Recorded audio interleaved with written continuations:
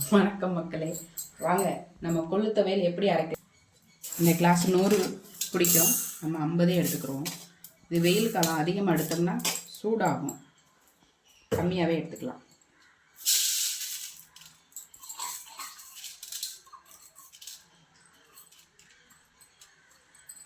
எடுத்துட்டு இதில் கல் இருக்கும், இந்த மாதிரி பார்த்து கல் எடுத்துருங்க. கல் தேவையில்லாத பயிரெலாம் எடுத்துருங்க.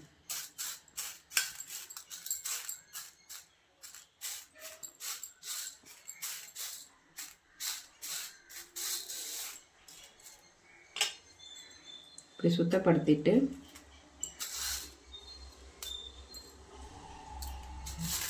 இதுக்கு தேவையான பொருள் பாருங்கள். பட்டை வத்தல் நீங்கள் உங்கள் உரப்புக்கு தேவையான அளவுக்கு வச்சுக்கோங்க. நான் 5 எடுத்தேன், போதும். 4 வத்தலே போதுமானது.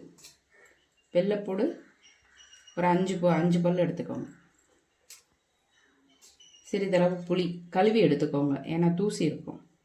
கொஞ்சம் தேங்காய் எடுத்துக்கோங்க, டேஸ்ட்டு கொஞ்சம் தூக்கி கொடுக்கும். இப்போ வாங்க, கொல்லை லைட்டாக கொஞ்சமாக எண்ணெய் ஊற்றி கொல்லையும் பட்டாவத்தலை மட்டும் வறுத்துக்கலாம்.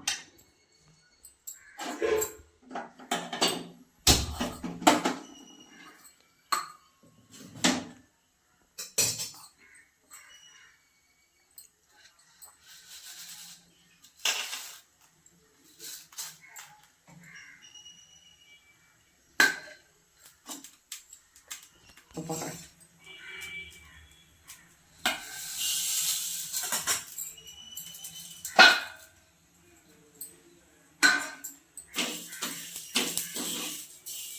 கலக்க விடாமல் லேசாக பொன்னிறமாக வறுத்துக்கோங்க.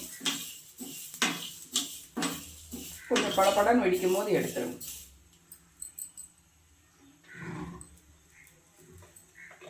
லைட்டாக மட்டும் நல்லெண்ணெய் ஊற்றிக்கோங்க, ரொம்ப இல்லை, சும்மா லைட்டாக. போதுமான.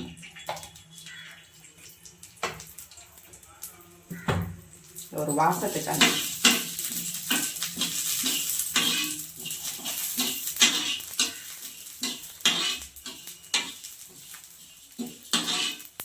இந்த மாதிரி நீங்கள் சாப்பாடோட லைட்டாக அப்படி கொள்ளு துவையல் எடுக்கும்போது உங்களுக்கு வெயிட் லாஸ் ஏற்படும். உடம்புல தேவையில்லாத உலக்கதைகள்லாம் இருக்குது பாருங்கள், கொழுப்பெல்லாம் கரைஞ்சி நம்ம உடம்பு அப்படியே ஒரே வெயிட்லேயும் மெயின்டைன் ஆகும், தேவையில்லாத கொழுப்புகளும் கரையும்.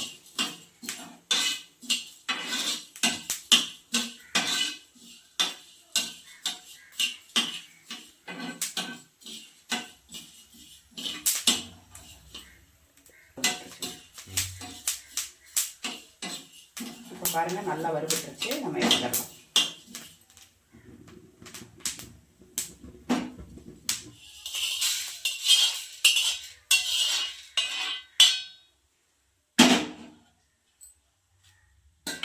பட்டை வத்தல் வறுத்துக்கலாம். அதுக்கு லைட்டாக வேணும், ரொம்பலாம் வேணும்.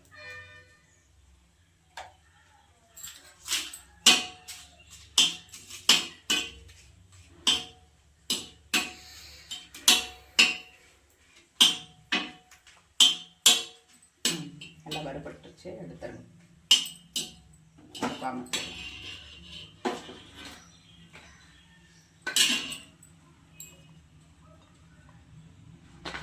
ஆறட்டும்.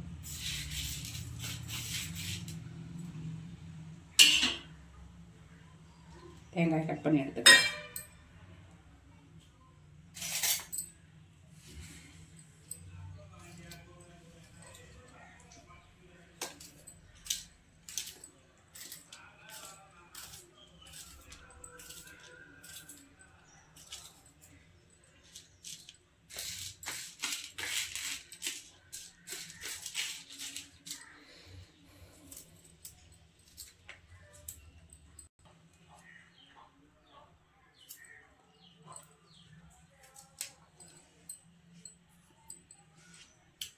தேங்காய் நல்லா கட் பண்ணியாச்சு.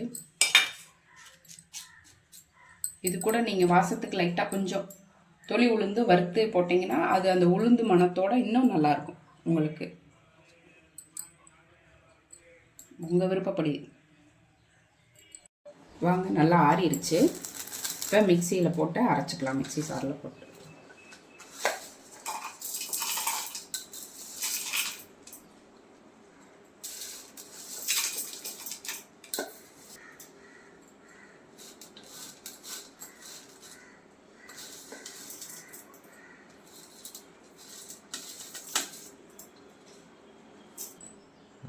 உப்பு தேவைக்கேற்ப எடுத்துக்கோங்க. பத்தலைன்னா போட்டுக்கோங்க.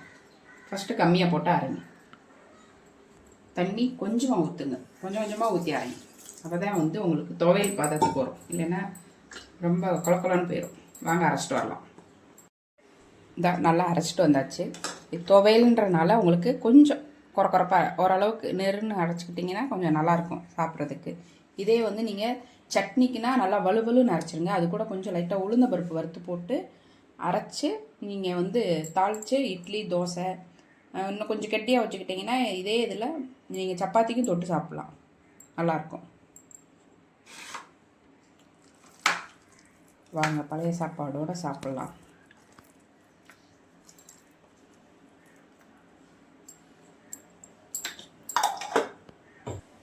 நம்ம இன்றைக்கி சாப்பிடக்கூடிய பழைய சாப்பாடு வந்து என்னன்னு பார்த்தீங்கன்னா சாமை அரிசி பழைய சாதம்.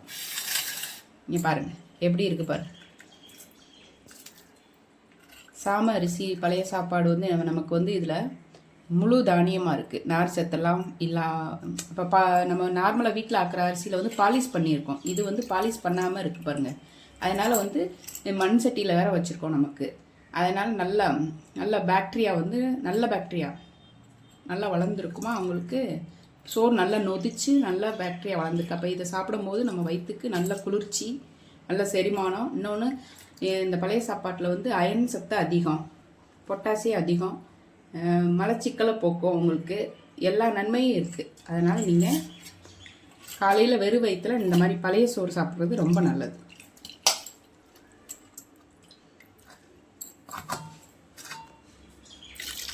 இது கூட லைட்டாக தயிர், மோர் ஊற்றிக்கோங்க டேஸ்ட்டுக்கு. சின்ன வெங்காயம் எடுத்துக்கோங்க.